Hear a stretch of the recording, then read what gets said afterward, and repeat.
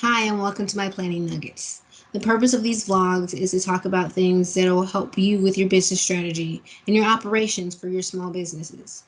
Now, I usually use information that I receive from articles or white papers or webinars, and I try to put these into little 5 to 15-minute nuggets so that you can use them for your small business. Because I know you don't have a giant IT department or a giant planning department or a giant audit department. So I'm going to use what I learn and put them in a perspective that you would understand. So what I did was I did recently went to a webinar and they talked about the resilience cycle. That was a good webinar. I mean, they spoke about operations and how you make sure that you're adaptable and talking about your human resources and your finances and your IT. But it was geared more towards those professionals who do that on that is part of their job. That is their job description. But as a small business owner or a nonprofit, you're probably wearing one of 9 hats. So here we go. As we enter into the second year of the COVID-19 restrictions, it's time for us to start thinking about how we did. Now, this COVID, it taught us a lot of stuff. It taught us that we have to learn how to pivot. We have to learn how to adjust. We have to learn to work from home. We have to learn to be distanced and figure out a way to still do our business. But COVID really isn't fully going anywhere. Maybe COVID itself will, but the idea that you're going to have to adjust because something random is going to happen, that's not going anywhere. So, the silver lining to the COVID situation when it comes to your business is that you've learned that you need to plan for it. Now, you can't plan for everything, but you can have an overall structure of what you need to do in case stuff hits the fan again. Whether it's you natural disaster happens or fire happens or somebody who's really critical to your business just quits or is just unable to do their job, you need to make sure that if things happen that you can actually finish doing what you need to do on a daily basis. And you can't afford not to be resilient. You can't afford not to have a plan, to have some guidance for the people who are still trying to make the business work because you're small. And small is not a bad thing. Small means you're flexible. You have the ability to do these things and it won't cost a lot of money. So there's a cycle that you need to go through in order to make sure that things work out. Now, this cycle includes planning, preparing, executing, and then adjusting. Now, of course, planning, which is my jam, planning means that you look at your risks. What are the risks for your particular business? What are the risks for your industry? What are the risks for where you're located? For example, if you're in Miami, okay, well then you have to think about what happens when there's a hurricane. You can't take everything with you, but there's a hurricane, and maybe you need to think about how you're going to do business once the hurricane hits and you have to move. Or what if you're not in Miami, but some of the people that you're working with or some of the vendors that you're working with are in Miami and a hurricane hits them? How are you going to continue your business in Denver, Colorado, if the people that you're working with are in Miami and they just got hit by a hurricane? How do you do that? What if your risk is associated with you're in an industry that gets sued a lot, whether you're a doctor or a dentist, making sure that that gets taken care of? That's another risk. And in case stuff like that happens, or say some technology that you're trying to rely on, and then there's a recall of some sort of a food product that you're trying to use. Making sure that you're thinking about those risks and how you want to handle your business once those risks come to fruition is what I mean by planning. So documenting those risks, writing them out, and what do you want to do. Next is you prepare. Now, prepare means you look at that plan and you see what can I do now to either mitigate those risks or prepare to push everything into action if that happens. Whether that's making sure you have a surplus of cash going on, or whether that means if it's related to your IT infrastructure, that you have redundant infrastructure, you have a redundant access to the cloud, you have redundant people who can access certain information, things like that.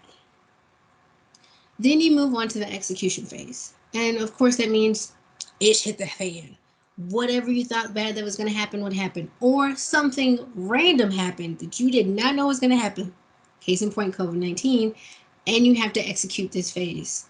That means that you have this plan of action of so and so does this, or we switch to using a data warehouse, or we move to a different location, or we shut our business down for a couple of weeks, but we have the flush money to make sure people get paid, and then we can continue our business someplace else or in a different aspect, a different avenue. That's the execution phase. Now, not everything's going to go 100% the way that you planned it. That never happens. Nothing ever goes exactly the way that you plan. But you still make sure that you at least have a baseline. You have that framework. So you execute on whatever adjustments you have to make. Just remember those adjustments, whether it's writing them down, taking snapshots, taking some notes at the end of the night before you pass out from having to deal with that execution phase. Making sure that you don't have to put everything out. That's what the issues are. But the thing is to make sure you don't forget all of the things, because then you're going to move to the adjustment phase. And that adjustment phase only happens once that execution phase is kind of in a lull. Maybe you're doing it at the same time as your execution phase. And that's because, like with the pandemic, we're still in a giant execution phase because we still don't have how we want things to be. But we're at a lull. We've gotten to a rhythm of it. We kind of know what's happening, and if something ramps up again, we know what we've done before and we can just ramp up those certain activities. But at this phase right now, we should be adjusting. We should be writing down what went wrong in our execution phase, what kind of activities we've done. Was that successful? If it was successful, okay, great. What did we do and why? If it wasn't so successful, okay, well, why do we think it wasn't so successful? What can we do to make sure that next time we have to do it, it was successful?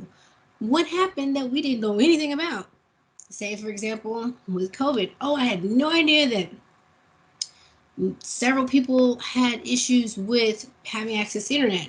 Okay, great. We need to make sure that everyone that we work with has the ability to get that internet, whether it's a mobile LTE card so that you have mobile data, or maybe it's making sure that you can get them wireless access points, or have a place for, if everyone's dispersed everywhere, make sure that they're writing down places where they can get free Wi-Fi access if they can't get it at home, kind of thing. So those kind of things to make sure they can adjust. You adjust the plan. You write all those things down: the good, the bad, the evil, lessons learned. And you don't just do that just you. Do it with people that you've worked through this execution phase with. Your third-party vendors, the people on your team, the people who, some of your customers, because of course they're your customers. Some of the people that you're customers of, because of course everyone is a giant network. So making sure that you're talking to these people.